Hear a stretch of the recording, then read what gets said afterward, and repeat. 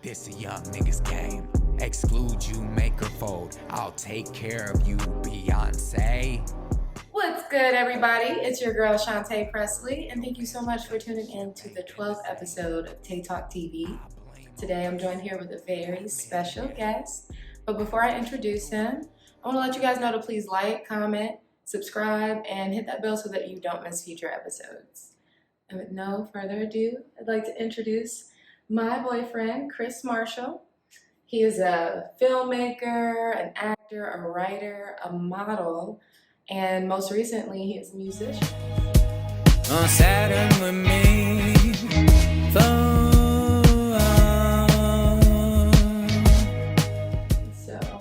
we're here to talk about his latest project, Muddy. But before we get into that, how you feeling? I'm alright, I'm chilling. It's a good day. I'm happy to be on TaeTalk. So happy to have you back. Mm-hmm. And I know that you're in the entertainment industry. You have your hand in like so many different things. Like you said, you're a model, an actor, a writer, a rapper. Would you consider yourself a rapper? What kind of artist? I was like, when I first got in the studio, the engineer or whatever, he was talking about how I was just kind of doing like this spoken word type of thing, not really rapping, but just kind of like more of a poetry type. So I kind of had to, I want to be a rapper. I would love to call myself that, but I kind of just, I got to learn to rap better to get there. I'm more on the spoken word type of thing, Okay. Yeah. All right. Would you say, what would you say is your favorite form of artistry, I guess? Like, what's your favorite thing? I like jazz. You know me. Look, I like freeform jazz. So, and to me, with music, it's like everything's like a beat drum. I like how the sound is. So whatever the sound is, it makes my vocals come in. So I'm following the beat, I guess. So. Okay. But yeah, I like jazz. But as an artist, I'm trying to get into the hip hop world. And like you said, I'm new to this world. This is my first solo album, so just adapting. Okay, so you would say music is your favorite out of all the things you do, or? Yeah, music. Only because I love acting, I love modeling, I love everything in entertainment. But I think music is the most powerful voice. It has the most power in entertainment, and it's the most lit, to be honest. So it's cool, it's fun. Okay. All right. Well then. Tell me, who are like some of your influences when it comes to music? Since you do love jazz, and who's some of your influences? You know me, I love Kendrick Lamar. I think he's the best rapper of all time, to be honest. I think he surpassed a lot of artists, and I think his message is what hip hop is all about. You know what I mean? Hip hop it started off as like in New York, I think a revolutionary thing. It gave black people a voice and what they were talking about, their lives, and what we represent as black people. So I feel like Kendrick Lamar really does that in a way that can catch the young eyes, catch the older people's eyes, and still have that hip-hop jazz form to it, I mean? I fuck with Kendrick.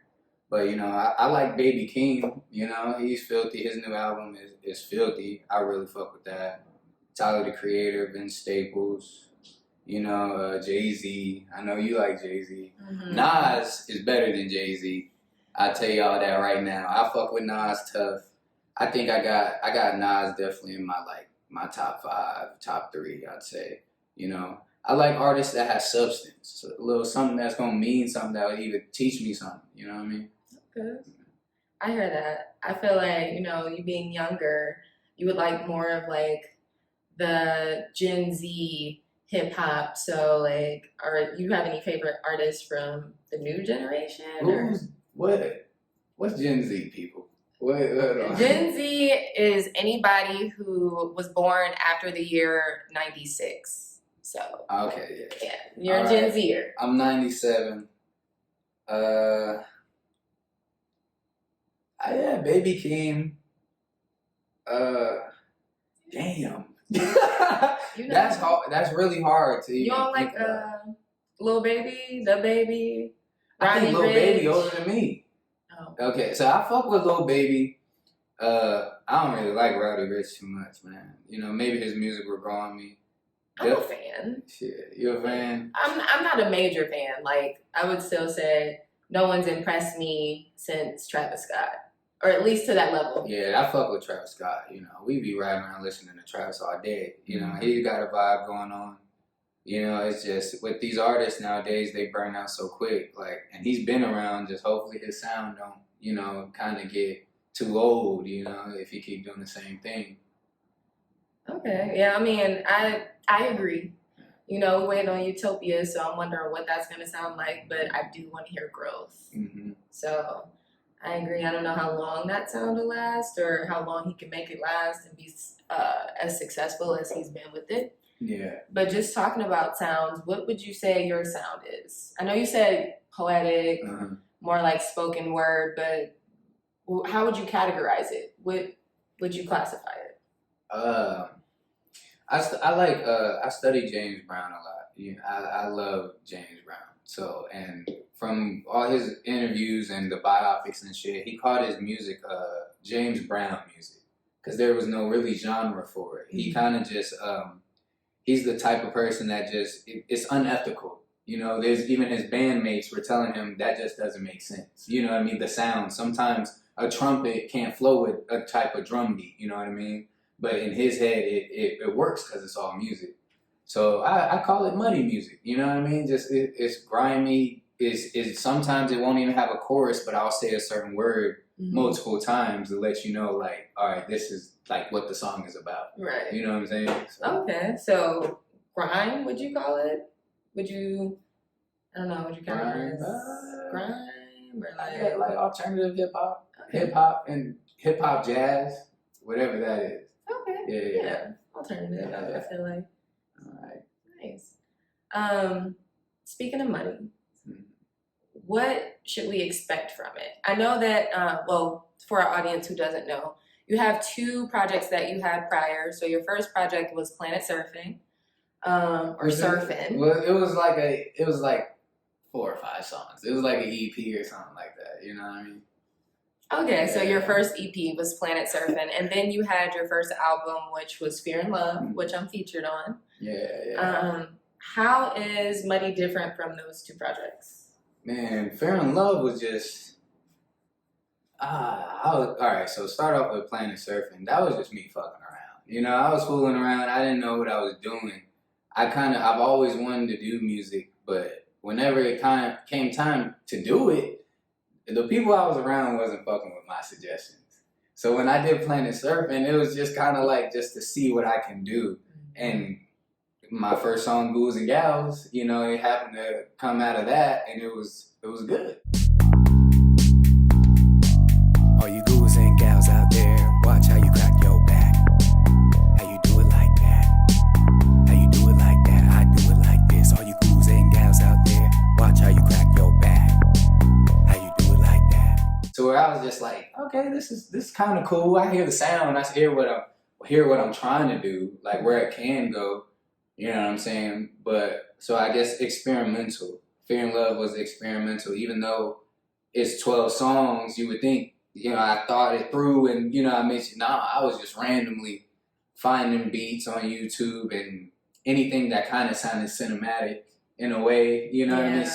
Some that is not even really like the type of music. It was so different that some people didn't even want to listen to it. That's how it was. Just too much. It was like you're going off the grid.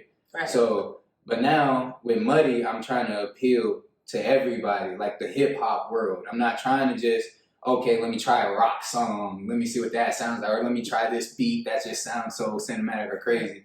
No, I'm actually rapping. I got some great choruses. I'm actually singing a little bit, like, and having a catchy vibe for people. Like it's an era, you know what I mean? Gotcha. Yeah. Okay. I heard you say that, you know, like with Fear and Love, some people weren't, I wouldn't say fucking with it but they didn't know how to take it. Yeah, you know, it's so different. You did a lot of experimenting, very versatile, but people didn't know how to take it. How do you deal with that when someone says that? It's discouraging, TaeTalk. That shit discouraging as fuck. Cause I be like, man, yo, I'm fresh to the music scene. You know, I'm good at a lot of things entertainment.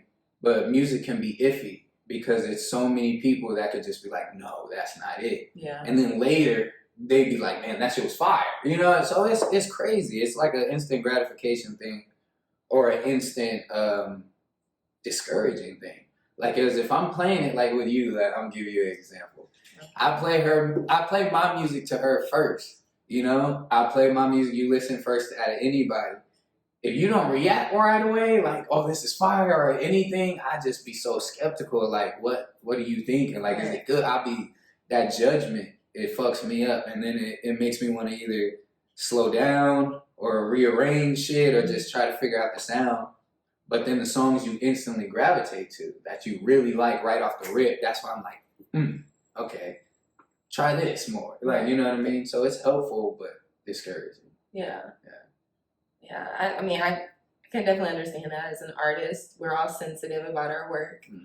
But there is a difference between, like, constructive criticism and just, like, you know, this ain't it. Yeah. Like, you know, you're trash, which I definitely have never said, nor do I feel that way. I feel like sometimes just processing music is different. Mm-hmm. Like you said, your music's a lot different from a Drake or a Kanye or a Lil Baby. You know what I mean? So the way that I take it, or anybody, you know, takes it may be different. But then, like I said, later on, I'm chilling and I'm like, that song, that beat is in my head. Like, some of your words, your lyrics are playing in my head and I want to hear it again. So I don't know. I don't think you should take it as discouraging, but I can understand. Right. I can definitely understand. It's strange, man. You know, music is like it's like an art form I never thought I'd be getting into, and now that I'm doing it, it's scary, you know, in a way, because it's like people do take off very fast in music when you get on. And there's that, and then there's also, like, how do people perceive it? Like, off of my new album, I got a song called Black World, and one of our close friends perceived it in a negative way. She thought I was talking about trading skin with wanting to be a white person. Yeah. When I was really just talking about how they have all the power, but they want to be like us, and we're the ones suffering. Like, why can't we have the power? Like, you know, trade positions, not skin positions. Like, you know, I clearly love being black, but it's more about, but that conversation, that's what it's supposed to do. It's supposed to bring up some type of topic. You know, if they're talking about it, then that's cool. Like, good. Give me your feedback. Let me know, like, you know what I'm saying? I think I like that. Okay. Yeah. I definitely think your music starts a conversation. You have songs that are really fun. Some even have, like, very risky lyrics. Do you ever get nervous with that? Like, do you ever, when you're writing something, do you ever say, man, this is too crazy? No. Hell no. I don't think to me, it's not crazy. You know what I mean? Somebody else, they'll be like, man, this nigga's tripping out here. This nigga wild. What are you talking about? Yeah, but I said one line, like, neck cracking, rolling on skeleton bones, give it up for the champion sound. So if somebody outside of this, they'll be like, man, what is he talking about? Man, neck cracking, rolling on skeleton.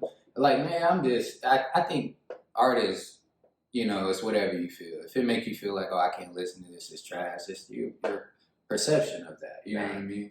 I'm not going to write something and think, damn, that's too crazy, I can't say that. I'm going to write it and wonder how it makes somebody feel. And if it's too negative, I ain't trying to get canceled out here. And then I ain't going to, you know what I mean? I actually care. I have empathy. I care if it makes somebody feel negative. Right. You know what I mean? Then I'll rearrange that. Yeah. Okay. Oh. And so would you say, what is the leading single off of Money? It was going to be Black World, but track 3. But I think it should be The Matter. I think it should be The Matter. And you heard The Matter, you know, and that shit is like, it's basically about me, from an ego standpoint, talking about all the top people in the rap game, like Nas, Jay-Z, Beyonce, and Kanye.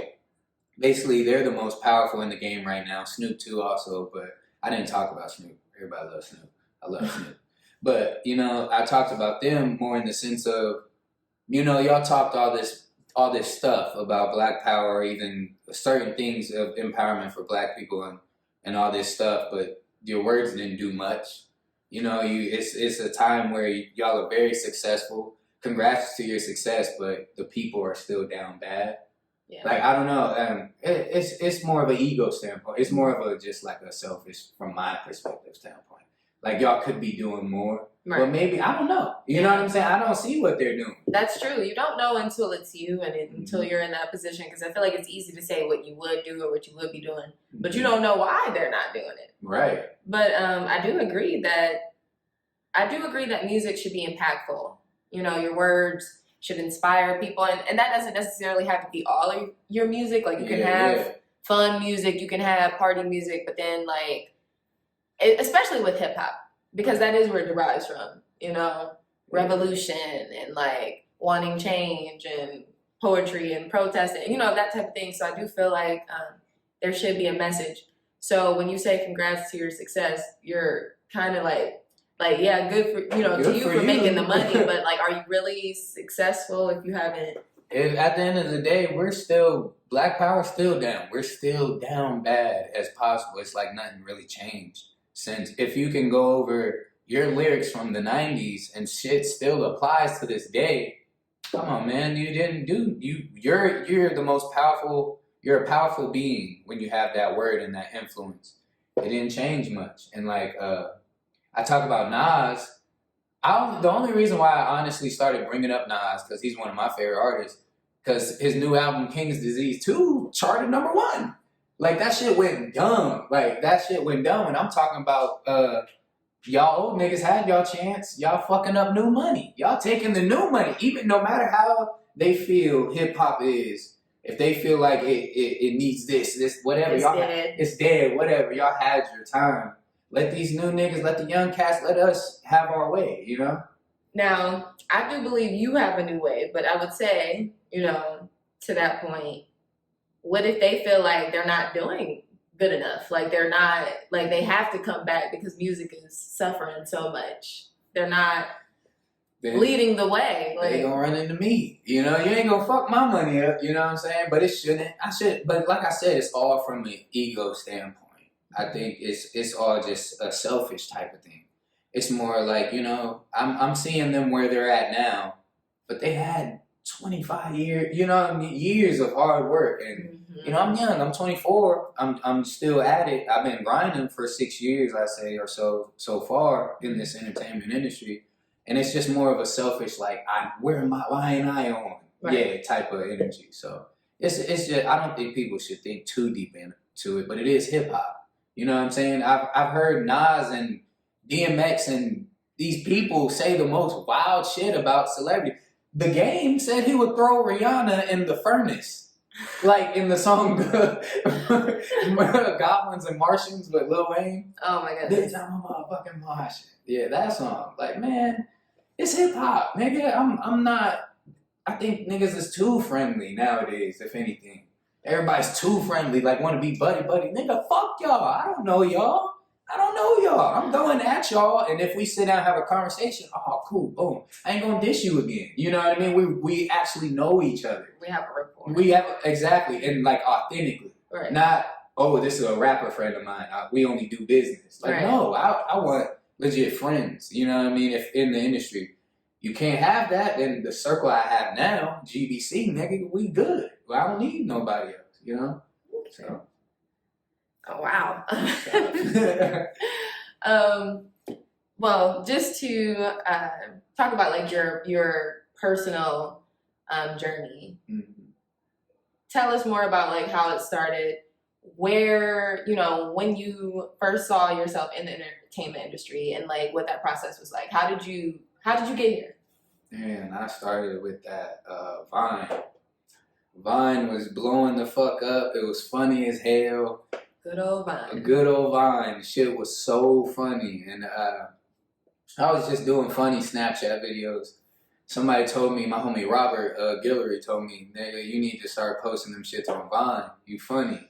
And I was just like, what the fuck is Vine? You know, I don't know what Vine is. I started looking at Vine, man, that shit had me cracking up. I was thinking like, nigga, I could do this. So I guess it started with more of a comedy standpoint, making people laugh, just being funny, you know. And then the skits turned into little shorts, and then the shorts turned into me getting to LA, trying to do actual film. You know what I'm saying? So I got love for film, and that's how that all started. But in between all of that, I was modeling because my mom told me, "Hey, you want to get in the film world, you got to model because it's just a gateway. It's a gateway."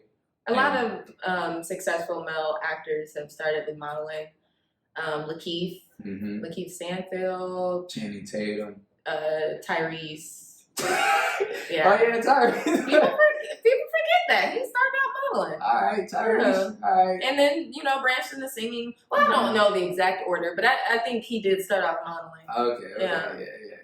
But, a lot of they model, and then a casting director sees your photos and shit, and they're like, "Oh, let's see what you can do." You know what I mean?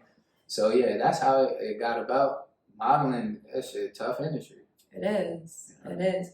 What would have been some of your experiences, I guess, that are negative, positive? Like, it's in the start of it, it's hard because you're submitting to agencies, you're trying to figure out how to get this ball rolling. It takes a minute. I've been in New York Fashion Week 3 times, and I've only walked 2 shows total. Compared to the big top models, they get to 6, 7. You know what I mean? It's not easy. You're a model, like New York Fashion Week. Only done it once. It's tough. It's a tough industry. They will clown you in front of you. One bitch told me I look like what's the nigga with the crazy hair? Richard, Little Richie. Yeah. Little Richie or some shit like that. Little Richard. Yeah. I had my hair all crazy, like, you know what I mean? It was just in this big fro. It was hard. They didn't really like my look, I guess. But as time went on, I had my first like real legit photo shoot with Richard Poor. They gave me my first like real shoot, and that's when I started getting really booked and stuff like that. But the industry is strange, man. I think I'm a skinny black dude. I weigh like 154, and they more want the. I don't know if it's just us black people. That's what I see. I've been in the industry. This is what I see. They want us dressing more feminine, like, you know what I mean? The more the clothes are more tight. They'll make you wear a jacket that's up here. There's women's clothes in there, call it unisex and shit. Don't get me wrong. This ain't, I ain't dogging nobody. This ain't for everybody type shit. But, I just didn't feel too comfortable in that. But, it's the industry. It really is the industry. You kind of... You can still be you, do you, but there will be a moment if you're modeling, you're going to wear something uncomfortable that you're not too fond of, not too masculine. That's just the game. Yeah. So I feel like even as a woman, you'll end up wearing something uncomfortable, like, or you'll end up having to be nude or like, be pushed out of your comfort zone. Hey. And, I had a moment where I had called my mom. I was like, man, they trying to put me in this. They like, this jacket's tight. I got these skinny jeans on. They want me posing like this. And she was just like, hey, you're comfortable. You got to get comfortable. This is the field you want to be in. You asked for this. You know what I mean? Yeah. Now, this is what it is, and you got to adapt. Right. And, it didn't affect me. So others, I know it did affect them. There's underlying things that it drives people to do other shit. You know what I'm saying? In life in general, you kind of just got to have a solid team with you. You know what I'm saying? I'm not saying everything is just peaches and cream. No, it's never like that. There's times where you will be faced with adversity, and you have to be able to say, hey, this ain't for me, and walk away. Yeah. That's what I've done many times, and that's all right. Yeah. Wow, that's I think that's the part that they don't talk about. Mm-hmm. Modeling is really glamorized, and they make it seem like if you're a model, you're rich, you're successful, you're living the life, and it's like, no, sometimes you're really poor. Sometimes, you're asked to do things that make you uncomfortable. Sometimes you don't get paid for a very long time. You're waiting on it's on a net 90. Yeah. So there are just a lot of things that I feel like they don't talk about in the modeling industry.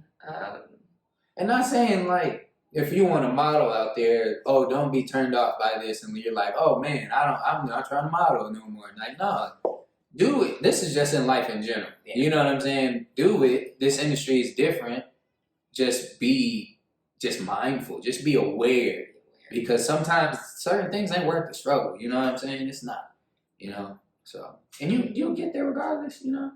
It's a long run game. So I do know that you and I have talked about, Twitter, your Vine days, how like at one point you were getting millions of views and you ended up on World Star HipHop. But you said that like once that hype kind of died, that, people kind of, I won't say turned on you, but like. It just was disrespectful. Like it was disrespectful. People think on social media when you going viral and shit, like you just famous, you just rich, and you all these things. And at the time with Vine, if you went viral, you went viral. Like nigga, it wasn't normal. It was like World Star was like the biggest outlet. If you got on World Star, you was the top motherfucker. Yeah. So once I got on World Star for that video talking about women cheating or men us cheating on women and shit like that and all this stuff. This video right here. This video.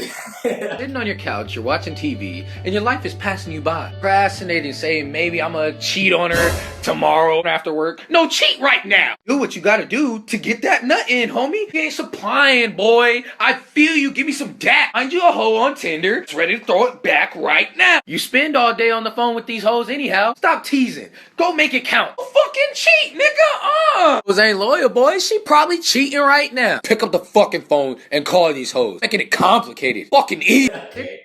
But you know what I'm saying? Like, it went dumb. It went stupid. As time went on, I wanted to act for real. I'm like, this ain't paying me. This ain't doing nothing. I want to act for real. How do you get to the movies? So I started learning that you need a reel. You need, headshots and all this stuff, and all that costs money. I got a job at Red Robin. Make some money so I can do these things. Man, I'm a buster holding a dish tray. This motherfucker from my city go come in and say, damn, Chris, you washing dishes now? You went from Vine to this? Walked away and shook his head. I'm like, nigga, I don't got money. Like, nigga, I'm just like you. The fuck are you talking about? Right. So it's an illusion. It's all an illusion. These niggas don't understand that. So I think it made me feel like a failure already. It made me feel like, damn, I didn't even have a career yet, and I've already fallen off. So, and that was years ago. Yeah. That was years ago. So I'm like, man, and comedy is not. The comedy was funny, but I'm not fun. I'm not trying to be funny all the time. I don't want to be funny all the time. Sometimes I'll be in a bad mood and like that, and it's weird. That's weird, I guess. But sometimes I like to be neutral. Mm-hmm. I don't like to show too much emotion or do too much. I'm just neutral. I ain't mad. I ain't sad. I'm just neutral. Right. And when you're doing Vine and you funny, people want you to be funny all the time. I'm like, no, I'm not doing that. With music, even with acting, it's a different expression. You can't do too much. That's called overacting. You kind of gotta be in the character.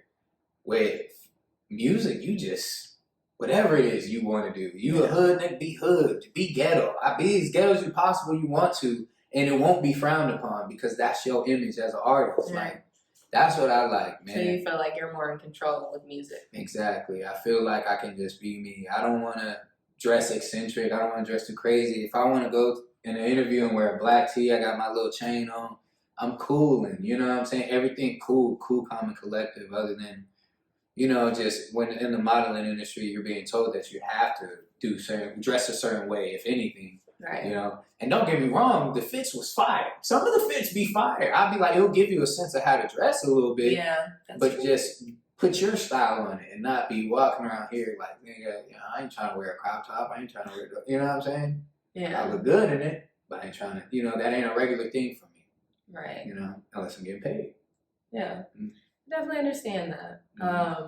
I do feel like when it is someone else's art or it's someone else's vision, sometimes you have to conform to that because you're being paid as a model to do that. Yeah. But when it comes to like writing your own films and writing your own music, creating your own music, recording it, I feel like you definitely have more control. And what I love about your story is, some people would have been so discouraged when that happened, working at Red Robin, your friend come in and they like, dang, this is what you're doing. That they probably would have gave up, but instead you use that as fuel to, become more serious about it. So it definitely works. I was it made me go harder. It made me grind. Like, okay, y'all don't really believe in this, then y'all don't get it, and drove me to get my first short film done, which you're in, Kush. You know, and that took so long because I had wrote it in like 2015 and we did it in 2019. You know, so in my head, 2019. Yeah. So film is the long run game. It takes a minute. It takes time. You too, the budget, all this. So film is long run. Hopefully 10 years, 12 years or so from now, that's when like all my films are, I'm on their asses. Mm-hmm. But right now I'm focused on music. I love music. It's a young person's game. I feel like a lot of the older artists been saying that. You know what I mean? They always say it's a young person's game. Andre 3000 said He that. said that. You know, he's 40. You know, it's a different sound. It's the kid. This is your young generation type of thing. And as you get older, if you're doing music, you know, these young cats ain't trying to hear about bills and mortgages and family and shit. They want to turn up, you know. So yeah, you know, even when 2 Chainz came back out, even as an older artist, he was still talking about young people stuff. Yeah. Or not even young people stuff, but stuff that appealed to young people. It get old after a while. I'm not going to be 38, 40 years old talking about how much bitches I'm trying to get. You know, and all this shit. I ain't even talking about that now. Shit, you in all the apps. She in though. She was amused for the whole album. Don't try to motherfucker. Either way, it's like, you know, music is like it's a right now thing. You know, and I love music. It's so much fun. And at the same time being fun, it's the substance and the power it brings.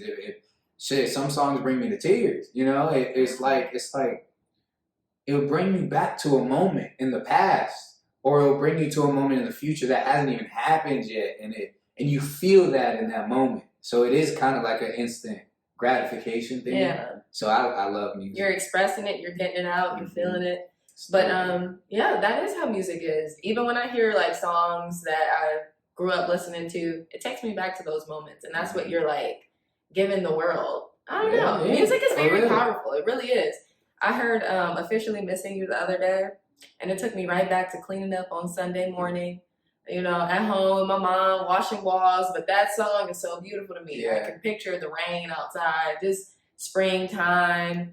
It takes me back to those moments. So it's like music is so powerful. It's most powerful form of entertainment. And I feel like whatever that is, that's where I need to be. You know what I'm saying? I'm not saying I'm trying to just make super conscious music. I'm not doing that. But when you listen to me, you're going to feel something. It's going to make you feel some type of substance. That's why I don't like Drake. what? I fuck with Drake's, like a lot of his old shit. Of course, everybody fucks with his discography of music. You know what I'm saying? He makes great music, very talented person. But you pale, but you're a black person. You ain't never talked about nothing that has to do with being black, really, and you're Jewish at the same time. Yeah. So your story is different. I listen to your music. There's nothing you ever taught me, you know. And I'm not saying it's his job to teach somebody anything, Right. but you're a voice and an influence to a big generation that is not just lost, but it's all over the place. You know, there's so much things you could teach about with your Jewish face. Why is these niggas good with money? Drake's a smart person. He's smart with his business moves. He's very smart. There's some things you could teach us. At least Jay-Z, you know, he's like, look, y'all got to be doing this. You showing money on the gram. We don't think that's money type shit. Yeah. You know, stuff like that, but still make it in your way, catchy. Don't go too off the grid of what you do. You Right. know? The Drake formula. Yeah, he plays it safe. And you know what I'm saying? Like, it's different. Like, I don't think Drake would get pulled over, you know, and get harassed like a dark-skinned brother, you know what I'm saying? But at the same time, you still are black. This is not going away from you. Make something with some substance that will resonate instead of being depressed all the time. Like, the best music is the depressed music where he's lost bitches. Or where he's like, you know what I mean, gained a bitch and then lost her somewhere in Houston or some shit. You know, I'm like, nigga, what do you be talking about? Like, what do you be? He says the most random shit, and it's catchy, it's filthy, you know, but, yeah, hey. You know, but that might be what he feels is truest to him. Relationships, you know, champagne poppy. That's his whole image. So while I do definitely agree with you, I feel like with his influence, you could be moving people, even if it's just one song. And I mentioned this in my review of Certified Lover Boy. I do feel like when you have influence, you have a responsibility when you have, I don't want to say control over the youth, but literally, like, You do. It's powerful. it would just be amazing if you had just one song that talked about what was going on with police brutality, or even like just with the world in general, like how we can better ourselves as Black people.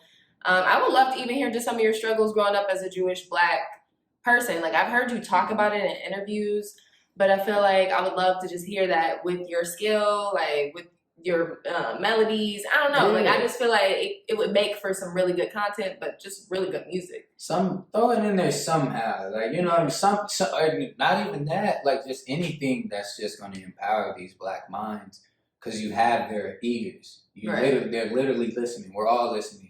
When this nigga announced that Certified Lover Boy was coming out, he posted that cover, the whole world tuned in. Yeah, so broke records. Just imagine if you were saying something. You know what I'm like? Damn, bro. Like, we as Black people would never, ever get ahead. It'll be the same cycle until we literally take action with the most powerful of voices. These niggas don't only do so much. And like I said, I don't know the behind the scenes. I don't know what's going on. I don't. Tell me. Show me something. Like, you know, show it. Like, and I'm just like, it's not, somebody out there gonna find something negative out of this. You know what I mean? They always do. It's not an entitlement. It's not anything like that. We are Black people. Sorry, any other race couldn't fully understand this shit because you're not feeling this shit. You ain't in our shoes. You don't get it. So for us to get you to get it, and at the same time for us to feel it and be moved by it. Right. You know? Damn. No, I definitely agree. I think you make some really good points, but I do also, you know, just playing devil's advocate, I do feel like some people, maybe he doesn't understand. You know, like, he is also Canadian. I don't know. You know, I'm just saying, like, we just, I guess, like, we tell people to be true to themselves, don't talk about stuff you don't know about. Yeah. So it's like, it goes hand in hand. If he wants to maybe appeal to women more, if he feels like that's his audience, then like maybe he feels like they don't want to hear that. I think there are other factors that go into it, but he has mentioned before that, you know, people tell me to be on some conscious shit. I don't know, I can't remember the lyric exactly, but I think he just doesn't think that's him, or that people would believe that coming from him, or that it would be received because of who he is, because of the way he looks, because of where he comes from. I would say conscious in your form of what conscious is. Okay. In a way of like we say, if you're a Jewish Black man, Black father, mother, you know what I mean? Like those moments of growing up like that, that's your woke. You walking to school and the Black kid getting harassed and you're all right. How does that make you feel? You know, I know you had that situation. Yeah. So it's like, it's a different type of your own conscious moment. Yeah. You know what I'm saying? It's not like, I know there's Black people out there who could say that they never experienced racism. Mm-hmm. You know, that they could say, oh, you know, you've experienced it, nigga. But in your head, you ain't never experienced it. You know what I'm saying? Like it all, it's about perception and what you even, you know, realize. I don't know. Some people don't know. It's so normal to them that they don't realize that it's not normal, if that makes sense. So talk about that, you know, in a way that's still you, still like, you know what I'm saying? Because if you don't have, that's why your team is so important. Like if you have solid like people around Black people that like, you know, hey bro, you know, it's boom boom pow. They're doing cool, you know what I'm saying? We don't care that people say you're corny and all this. It's not that. That's already a narrative. Right. That's not corny to me. That's cool as hell. You know what I'm saying? So I'm not dissing these niggas. I clearly am a fan of these people. Yeah. There's flaws in y'all. Y'all ain't you're holding them accountable. Exactly. Y'all ain't no gods. You know what I'm saying? Y'all are boom. You know what I'm saying? Hey. Wow. You guys heard it here. These are words from KrisMarshall. Oh my God. But I mean, talking about Drake, you know, heartbreak, Drizzy. Mm-hmm. We are in a relationship and we're in the industry. So I do want to talk to you a little bit about that. Okay. How is that for you? From your perspective, what is that like? Do you feel like being in the industry makes this relationship harder? Does it make it easier? Like, the only way I would say it makes it harder, because look, I'm a disciplined man. I ain't out here wilding. I'm a faithful man. You understand me? But the thing is, like, what makes it hard is So she has her arts, I have my arts, and we in the same field, literally in the same field. So sometimes it's like, I know you want to work on your stuff, and then sometimes I want to work on my stuff. So it's like it's that balance, and then helping each other, putting my opinions out there without fully, you know what I'm saying? Like, hold on, chopper. Yeah. All right, but yeah, putting my opinions out there and still remembering you're an artist too. So trying not to be too harsh or anything. You know, everybody's sensitive about their art. Right. Just like same with you with me. You don't want to just say right off the rip, hey, this song trash and need work. You know, that's going to crush me. Like, you know what I'm saying? You say it in a different way. Like, you're going, boom. You know, so there's that. The shit, man, I'm not going to hold y'all motherfucker. Like, if you get booked and you playing opposite and you got a husband and shit, I can't sit there and watch that. Like, you getting kissed on or anything of the sort. That's just going to, like, you know, but it's just acting. You know, but shit, I didn't mind you guys, he gets booked as an opposite all the time. Music videos, photo shoots, he's always booked with a female. And I get jealous, but, you know, I don't say anything about it. She said something about it all the time. I've been in the hot seat and in trouble multiple times. But look, it's like, I guess it's that. And, you know, we hang out all the time. We're together like this all the time. And when we really make it in the industry and people start seeing that, are they going to separate us as a two? Or are they going to, you know, keep us as a two? Like when they're referring to our arts, are these fucking people going to try to break up some black love? You know what I mean? Us being strong in that. And it's just strange. They try to do those type of things. We both taller than motherfuckers. We both black. Like, yeah, they don't like to see that out here. I would even say, like, with castings, we don't get casted together often.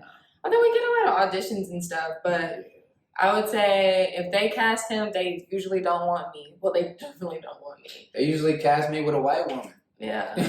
And if we're just being honest, an ethnically ambiguous woman or definitely a white woman is what they prefer to see him with. And I would say with me, I wouldn't say so much the same. I would say for black women, they tend to try to pair us with black people. I've noticed that. Yeah. That shit's just strange to me, man. Every time. Every single time. I don't think I've modeled with a black woman. It's always been a white woman. Or an ethnically ambiguous whatever. Yeah. Damn, that's crazy now I think about it. It's really crazy, and it's telling, if anything. It's really telling. It's like, I think they want the perception to be that black men and black women don't, we don't choose each other. And, you know, I won't lie and say that being here in LA, I don't see that interracial couples are a big thing. You know, you don't see black people with black people that often, but you do see it. You gotta go to the hood. Or, I mean, I feel like you see it and people don't acknowledge that. They'd rather, like, bring attention to, oh, this black man with this white woman, or this black man who, you know, black men never want to be with black women, or, you know, like, creating this divide. I got a theory on that. Oh, don't get us killed. Oh, my God. No, we're all right. I just think it's more about the controlling thing. You know, as a black man, black women will always be more powerful than us. You know, and it's hard to be. I wouldn't even say submit. It's hard for us to allow that. It feels controlling a little bit. It feels like you back a kid in your mom's house type shit, and she's telling you what to do, and you know, but it's all out of love, and it's building you. And then when you get with a white woman, white bitch pay for shit. You know what I'm saying? She'll motherfucker. Don't say white bitch. Or white woman pay for stuff. You don't even need to. You even need to have money. You know, she'll pay for everything. From my experience, like she'll take care of you in a way where you feel like you're the king and she's a servant. You know, and that's just what it is. And I'm not trying to say that's anybody's relationship. You know, if you got your white woman with you, like yo. But I'm just saying, like, it's more of a power thing in my head, you know, and that's just what I've seen growing up and what I experienced. I can't really speak to that because I've never dated a white person. And in Ohio, I would say, at least when I was growing up, interracial couples weren't really something that I saw. But I also grew up in Akron, you know, and in Cleveland. So these are very urban areas, at least where I was staying. It was more so in the inner city. So, but I do know places that are very different, like LA, where everybody's with everybody. Honestly, it's not even just Black people and white people. Like, you'll see Asians and white people. You'll see all types of different, just Mexican with Asian.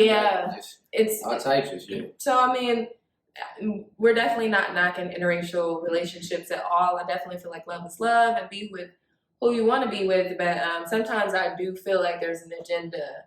Like, literally in castings, guys, it will say Black man, Black woman, or Black man, mixed woman, Black man, light-skinned Black woman. Like, I don't know, when you're seeing castings, do you see light-skinned Black men? I've never seen that one. Yeah, I see it so often. So, like, I'll get excited, like, oh, Black woman casting, you know, like, thinking my chances will be better. And then they have a reference photo, and it's Lisa Bonet or Paula Patton. So, and it's like, that's not me. To be honest, it's just not fair. Because now, maybe you do find that light-skinned person, but maybe the talent lacks. You know what I mean? You lost the talent. And this dark-skinned person was more deserving. Like, it's just strange. Even though I was watching Wild 'N Out, season 1, whole bunch of natural Black women. Just, you know what I'm saying? They look good as hell. You got the pixie cut on some of them. You got real hair on a lot of them. You know, they looking good. You got to remember when Wild 'N Out came out. You know, it's but an older show. That's why I said that, because now look at the new Wild 'N Out. These Instagram chicks type shit. You know what I mean? BBLs and all these things, and nothing wrong with that. I'm trying.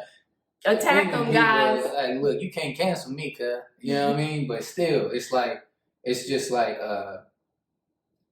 you just see how the standard of beauty has changed, or like how even back in the day with rap and R&B videos, you'd see Black women of all different shades, a lot more natural hair back then, even if it was relaxed. Real ass, real bodies, and then you, like, around, I would say, like 2010s, that changed dramatically. It's just like, damn, you see a Black woman and it's kind of a surprise to you. Like, I remember my sister, this is when I start noticing it, is when Bartender came out, T-Pain song. And, you know, the lead female in that is a beautiful dark-skinned woman. And my sister was like, wow, like, but they have a Black girl. And I was just like, wow, I guess you're right. Like, around that time is when you start to see that shift. So, I mean, that's crazy. It seems intentional, but we do exist. Black couples are out here, and it ain't always got to be toxic. It doesn't always have to be a negative. Some wild shit. Like, why can't it just be regular, normal? Like, just normal shit. It seems like normal can't be when it associates with Black. It can never. It always has to be something. Like, nigga, something traumatic, something. Leave us be. Let us coexist. Let every Black person just live. Like, leave us all alone. Like, shit. Yeah. Man. So, I did want to talk about, you know, since we were talking about the modeling industry earlier, Fashion Week. Fashion Week is currently going on here, or not here, but in New York. Yeah. And there have been a lot of fashion statements. I've been seeing a lot of people just say that people look a hot ass mess. You know, that Cora Lorraine bitch had her titties out. Oh, see, I didn't even see that. I gotta catch up. I really do. We'll be talking about fashion in a little bit. Well, I'll be talking about fashion in a future segment. But Kid Cudi and Russell Westbrook. Russell Westbrook. That's kind of like a tongue Russell twister. Westbrook, yeah. They both had on skirts at New York Fashion Week, and it sparked a lot of conversation when the pictures were posted, because these are obviously very masculine men. You know, Russell is a basketball player; he's in the NBA, and Kid Cudi's a rapper from Cleveland. So, it was just very interesting to see them, and a skirt. Now, Russell is known for, dressing very eccentric and being very experimental with his fashion and, being a fashionista. Yeah. I guess you could say. And then Kid Cudi, he is kind of like that mysterious alternative type of rapper. So it's not surprising in that way. It's just, I don't know. What did you think? Oh man, I don't even know, to be honest. It's like Kid Cudi, I guess that it was more fitting. It made more sense, I guess, for Kid Cudi to do that. I think he's done that before. Yeah. And Kid Cudi's definitely always kind of been like just, he's a freeform spirit type of guy, whatever. But if that's you, whatever. Russell Westbrook, I seen the other ones, you know what I mean? Mm-hmm. The other one looked more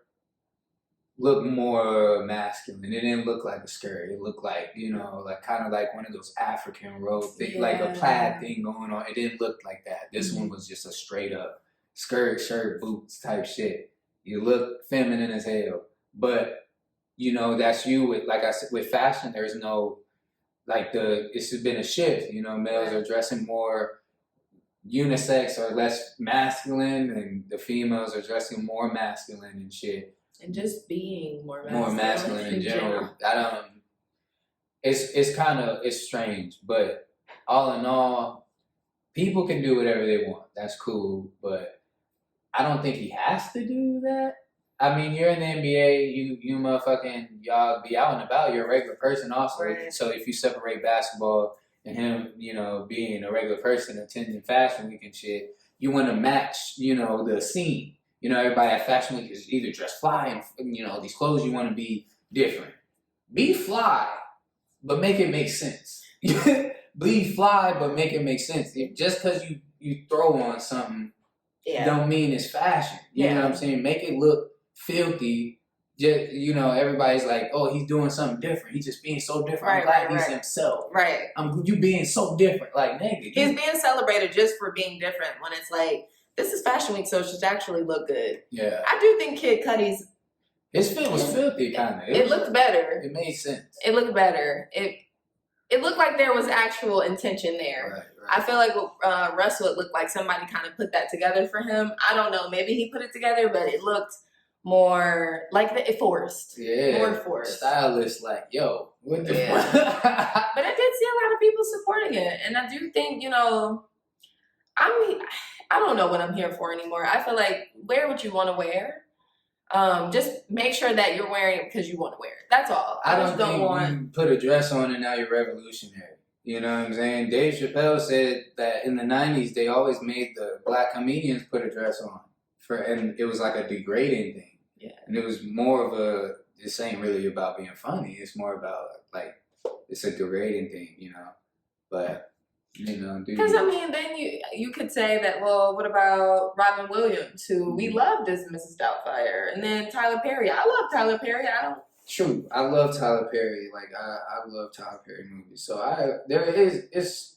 it's iffy. But I feel like Tyler Perry wants to, like that was his choice. I don't feel like somebody was I don't think nobody. Like where Dave Chappelle was more of like they wanted him to do it so bad. And he talked about how much pressure they were putting on him to wear this dress. Right. Brandon T. Jackson, he's talked about like his experience with just wearing a dress and how he felt like his career changed after that and it was never the same and it ruined him. So there are a whole bunch of different... It's like, do what you want to do, but make, like they said, make it make sense. Make it look fly. Like you actually had an intention to do this, not just throw a skirt on and now you're revolutionary, different for the fashion world. That's not how that works. Like, nigga, what? that's not how that works. That's not revolutionary. Yeah. We're just throwing that word out. He's being himself if that's who he is. Right. I followed Russell Westbrook my whole life. I'm a basketball fan. He never dressed like that until this new generation type of energy started going on, and this Gen Z energy. This new that's your generation. I don't act like that. You know what I'm saying? I don't know. I'm like an old head in a way, but An old soul. Right. I can't just sit here and just be like, oh, because I wore them little ass jackets. There's been many times in the modeling industry I was wore something unisex or feminine. Or they took a woman's jacket and put it on me because I'm so skinny. You know what I'm saying? But I was getting paid. You know what I mean? This is my job right now. Yeah. I'm like, you know what I'm saying? You're just willingly just, you know, hey, I'm going to go out here and put a dress on. What was a skirt? Skirt, dress. I don't know, man. I feel like I do love that Gen Z is so unapologetic. They're just like, you know, this is what I want to do. I don't care what anybody says. Fuck. You know, you boomers and you millennials suck it. Like, you niggas suck. I'm gonna throw this dress on and make y'all really be like, what? Mad. You know, Lil Nas X. He's with Lil Nas X, man, I don't think anybody cares that he's gay. I don't think anybody cares about any of that. Some people out there, they love his music and shit. I was in Old Town Road music video. Hell. It's more about, it just seems forced. It just seems like you're kind of just like, we know it already. We know you're gay. You don't got to do too much. You know, just make music. Do your thing. So people are focused on the music at hand and not thrown off by some other shit. right. You know, I had a homie that said he can't even listen to the album because of the antics. So, I mean, maybe you lost a fan you don't care about, you know what I'm saying? But, you know, it distracts him from the music. So. Yeah, because I feel like him being, well, I wouldn't say the first openly gay rapper, but I would say that people would probably see him as that. I respected him, and I do respect him for that. Like, I feel like that's a hard thing to do, and to have the success that he does, like, you know, that's huge. Like, I want him to be successful. I want his career to be phenomenal, but I also want it to be about his career and like about his art, and I want it to be authentic. I don't want to feel like everything's a gimmick, everything's to top the last antic. Like, you know, I don't care about you being gay, but I don't want to see anybody twerking on the devil. Like, you know, that blood in any type of shoe does not appeal to me. I don't want to wear a shoe with any type of blood. I don't care. It didn't matter. It don't matter. Gay, straight, black, white. Some of those antics had nothing to do with that. Like, right. It's just like, whoa. I think the hate didn't have anything to do with his sexuality as much as it did just like the outlandish. The antics. The antics, basically. So, I just think that with the new generation, it almost seems like it's not about the music, it's not about the talent anymore. It's almost just like how much attention can you get on social media? Like how long can you be a trending topic? The gimmicks and shit. Yeah. It's like this industry's on some instant gratification shit. Mm-hmm. I think I don't know, the people who will keep that longevity is they just be true to you. Like just keep doing you and continue with that and not listen to the outside noise. Like you gotta have a solid team with you. I just think so. You have a solid team with you that's talking to you and letting you know, like, hey, boom, you gotta do this, you gotta do, oh, you're doing too much. And then, you know, you're asking questions like, why? You know, what's the, you know, like if you really want to do it, then like, fuck. But I'm pregnant with my new album. What's the problem? That shit was crazy. Yeah. But there's still a whole side of people that it's your fan base, they're like all for it. Right. So, you know, do whatever. But just let the music talk. Speak for itself. Word. Right. And which is, I feel like, exactly what you're doing. And I look forward to hearing your project. Tell us, please, where can we find the project? When is it coming out? So what platforms? We got Muddy coming out October 6th on all platforms. Apple Music, Tidal, Spotify, anything, YouTube Music, any of that sort. And, you know, it's going to have some good visuals and it's going to be a great album. I think it's going to impress a lot of people. And I think people aren't expecting me to be going at it like this. And I think I'm a contender for a great album, you know, so. Awesome. I'm so excited. I can't wait for the world to hear it because I've heard it already. I got a sneak preview and it's amazing. So I can't wait for you guys to hear it. I'll keep you guys updated with his performances coming up and music videos as well. So thank you so much for joining me, babe. Mm-hmm. It was a pleasure having you. All right. And until next time, guys, TaeTalk, we are out. All right. Level of stature, how can you appeal? To the new generation, change your sound, change your ways. Drunken love, bad verse, Jay-Z. Expensive luxury, still can't make me play ape shit. This a young niggas game.